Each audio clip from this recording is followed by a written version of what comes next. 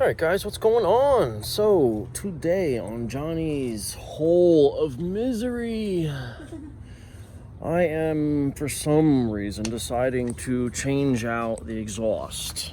I had a brand new one. This is the only thing I took from the 80cc and used on this motor. So I was like, you know what, let me just put a brand new exhaust on. I don't think anything's wrong with this exhaust, but I just feel some slight hesitation or something. So I decided, you know what? I'm gonna put my black exhaust on because, get off me, because I have a black exhaust from my 100cc that's really an 80. Well, there's no quotations, it really is an 80. Anyway, the black exhaust is just a little smoother bend. It's black, so I kind of feel like the silver in the middle, the black. I just thought it would look cool. Black fenders, you know, a little bit of silver, a little bit of black. It just looked cool, so that's why I'm changing and putting the black one on here. So I was tightening it down, and the one that the Allen key is in right now actually tightened all the way, and the other one was almost tight, and then out of nowhere it just snapped. And I don't understand how it snapped because, okay, you see it in there? It's in there, believe me. There, see it?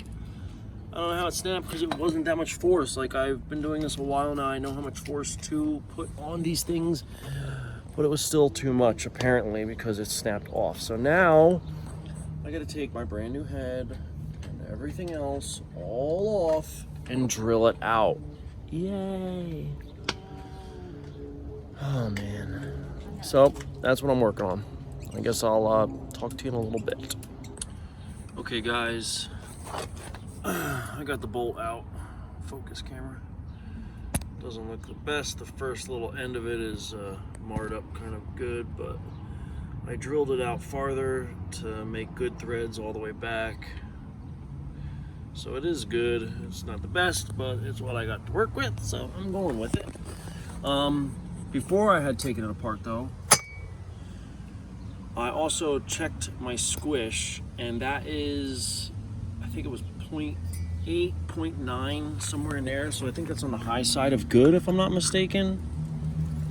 So I'm leaving that as is, obviously.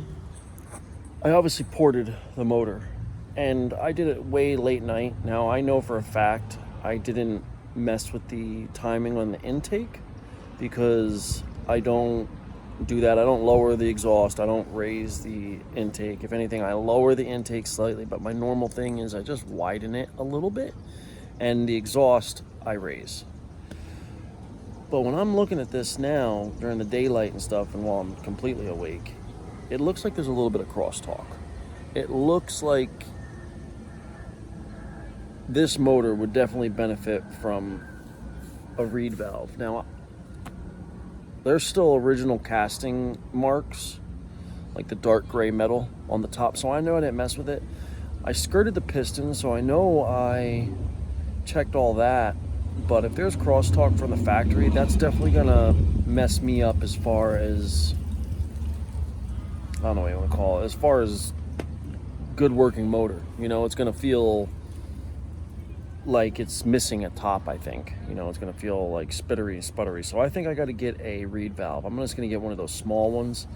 The, I forget what they're called now, to be honest with you, but they're like, they're on 20, 30 bucks on eBay, and I can just mount the stock intake up to it and whatnot. And I can make it work from there. So I think that's what I'm gonna do, because I don't wanna just get rid of it. Although I am thinking about getting my very old cylinder, the original cylinder head for this. It was just a great running cylinder head. Had pretty decent power, good power and all, and I'm thinking about just throwing it back on this original motor. Basically just putting the motor back together to stock with my port work and running it on my daily, because I used it a lot, had tons of miles on it, and it just ran great. So I'm thinking that's what I might do. I gotta get over to my daughter's mother's house and get some of my things I got left over there. So, all right, we're gonna work on doing that. I'm gonna put this back together. I just gotta tighten in this stud, and that's it. And slap it all back together and take your first start. See how it is. All right, we'll see you in a little bit. All right, guys, Heather, I are taking a little ride to New Brunswick, going down the trail. I got my trailer in tow on the beach cruiser. Herman. I got Heather on her bike. Giant for the win. We are going to see our son in New Brunswick. I'll take a video when we get there. We already left Somerville. We're going through Franklin on the bike trail. New Brunswick's where our son is in the hospital, and then from there we're going to go to South Amboy to pick up a couple of my things at my daughter's mother's house, and then we're going to head back. So I'll just keep videoing little shots when we get to places and stuff. I'm not going to video the whole ride, but just want to document it and show you what you can do with these, because that's quite a bit of distance we're going to be riding. It's probably somewhere around 60-ish miles, maybe a little more, probably a little more round trip. I'll document the whole thing and figure it out. But yeah, so I just want to show you can do a lot with these and ride them a lot. So, all right, I am going to turn off for now, and I'll check in a little bit. All right, Robert Wood Johnson University Hospital. Got the bikes locked up. Just visited our son. We're gonna head back because on the way here, oh, very nice. On the way here, my clutch decided to break. I don't know, it didn't really break. It just, there's a lot of play in the handle. Like look, that's how much play before it moves. See, like it wiggles, but then you squeeze it, there's literally, it's bottoming out. So I don't know what exactly is going on, but something's not right. So I gotta go back. I was gonna head to South Amboy, like I said. So right now I'm heading back to Somerville to rip it apart real fast, see what's going on. Then I'm gonna go to South Amboy. So a little bit longer ride than expected, but that's okay. Is what it is, I guess. Talk to you in the next spot. All right, guys, what's up? What's going on today? So I was on a trip to New Brunswick, and then I was gonna go to South Amboy to go pick up a couple things. So right when we got to the hospital, a half a block before we got to the hospital, I noticed my clutch was acting funny. My clutch would go this, look, all this before it even moves the arm, and then it only had a little bit, and it was like literally, here, I just loosened that right there, the screw, but it was here, all the way under, and it would only move about a ½ inch, and just enough to release the clutch so I could kind of slow down the bike. It was really weird. I don't know what happened. It was after I tightened the inside. I took the whole gear out and tightened up the clutch to give it a little more oomph. But for some reason, it started acting stupid, so maybe that unwound or something. I don't know. I'm gonna dig in here now and figure out what it is, but I need to fix that before I do anything. Well, my wife left because she said her bike was making a noise when we were pretty close to home still. I took the route that she said to go, and it took me to take Route 9. You're not familiar with the area, but Route 9 is a major highway, and most of it has no shoulder. I'm not riding down it in the middle of the night. That's just not happening. So now I have to go all the way back and not have made it to my destination. So I'm going to go tomorrow and try again, now that I just broke the cigarette. Son of a... Okay, so, also, I fixed my clutch to literally have it do the exact same thing. Again, I don't know why. It was working completely fine, and now it's acting stupid. It's like the throw is real far in again. Like, I don't understand what's going on. It makes no sense. I don't get it. Why is it doing that? Like as soon as I move the handle, the thing pulls, but it's like this is loose. The bucking arm is like loose. It's got play. Doesn't make any sense. I don't get what's going on, because I adjusted it and it was great. Now it's bad again, so I don't know. So whatever. I'm in the back of a speedway in Woodbridge. For reference, it's at least 15 miles, 20 miles from home. So I need to turn around and go back because it's late. And I'm not taking Route 9, so I'm just gonna have to go in the morning. So this whole trip, the past hour basically, has been a complete waste. I'm a little upset, I'm not gonna lie. I should have just went the route I was gonna go in the beginning. I didn't, and it's my own fault. All right, guys, I guess I'll talk to you later. Probably in the morning when I head back out. Okay, guys, so last night I went on a trek, we'll say, a nightmare run. It was crazy, I'm gonna be honest, it was crazy. It was a beautiful trail, like old paved railroad that turned into the trail from hell. It was insane. It went from a beautiful trail when I went over the pedestrian overpass into a wide open field when I crossed the street, and I'm like, okay, I knew where to go because there was still like a dirt line through all the grass from people running and riding bikes. So I'm like, okay, it's just gonna be a regular trail. This trail turned into a mountain bike off-road mayhem trail. It was crazy. I was pulling my little trailer, it's standing up on it, and now, like, you see how muddy the trailer is, like, the bike is filthy. It was mayhem. It was definitely not meant for me to be riding my beach cruiser with no suspension, pulling a trailer through this.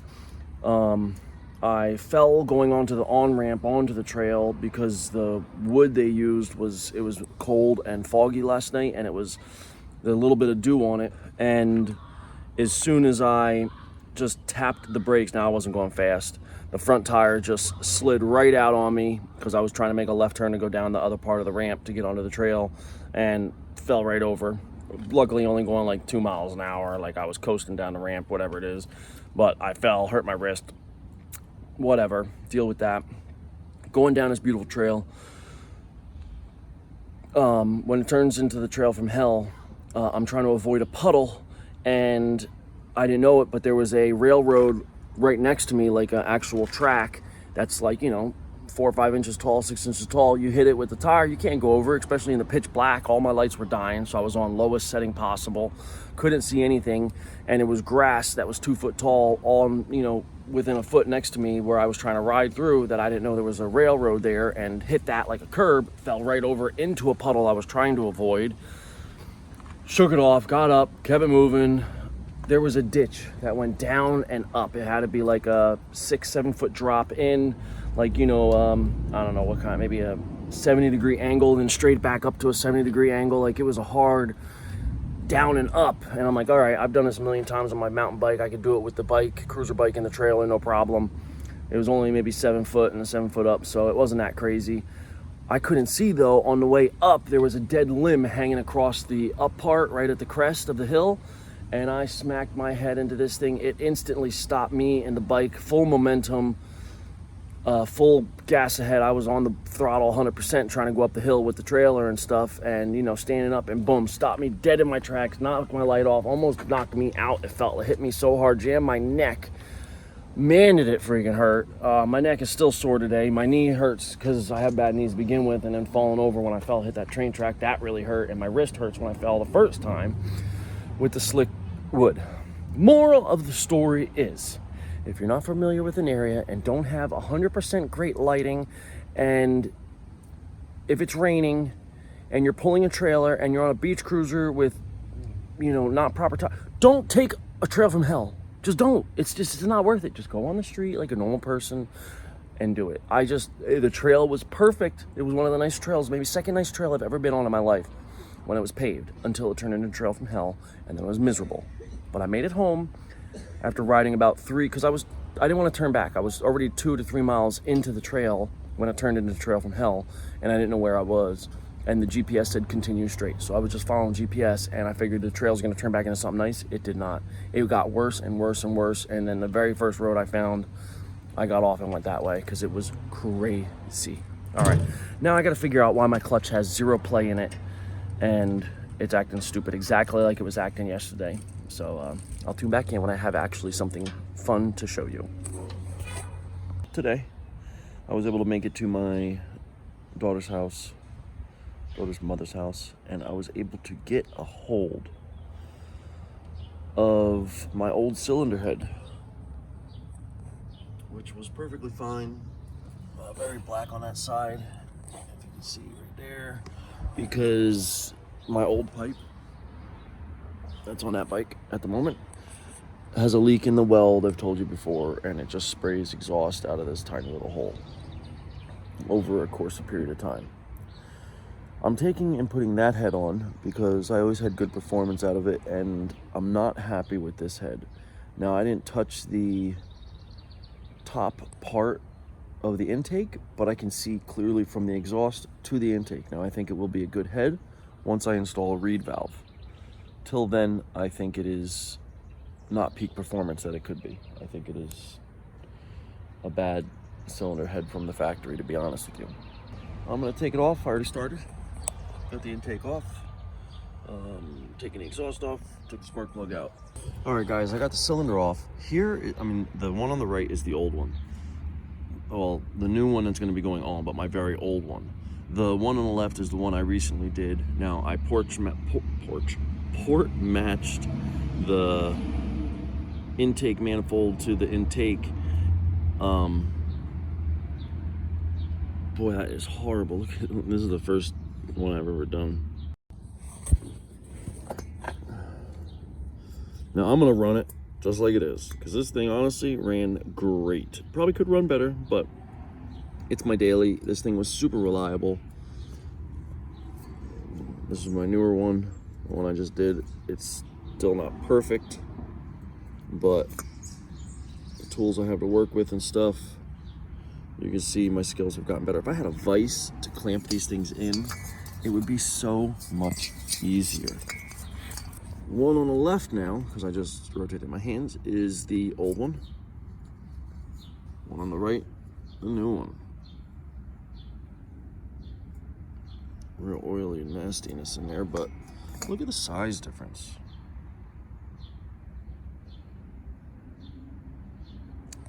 And I usually base the inside of the hole on what the outside of the hole is. I just try to match it.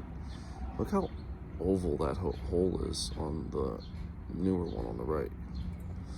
And this is what I'm talking. If you look in there, that's straight ahead view. You can see the intake. That's no good.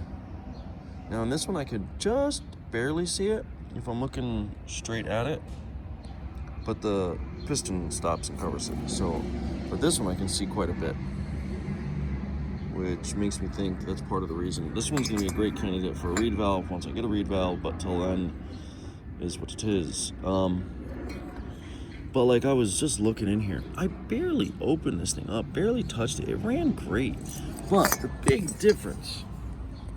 Now, you see this in there? See where it's shiny and then like dull in the back of the transfer? There's like a little casting ledge. I literally only try to take that off nowadays. That's all I do. That's all I try to do. I don't try to change the timing or anything. But this one, the one on the left, the transfers, and then look. I did the whole entire thing. This one I did less, because if you can see that down there on the bottom of the transfer, that nick where it got away from me? Yeah, it happens. Happens to everybody, especially when you're starting out. But I don't know. I just thought it's kind of funny. Look, we've been on the intake there. Boom. Another one got away from me. Whatever. I'm gonna run it because I always had great success with it. But that's just weird. I just thought I'd share that with you. How much better I've gotten with porting, as far as, you know, the smoothness and stuff. New, old. But the differences on what I did and the differences it made in the motor. So I'm excited to put this one back on, and I'm also excited to learn from this, because I definitely feel like I'm learning from looking at these two side by side now. So there you go. We'll see how it runs, if it still runs good. I mean, I took it off and it was running perfectly fine, so I'm assuming it will still run perfectly fine. Sounds good, right? So let's do it. Okay, so I put it all back together. Bing, bing, all together. I have the needle out because I took it for a quick spin, make sure it starts up, and it started up.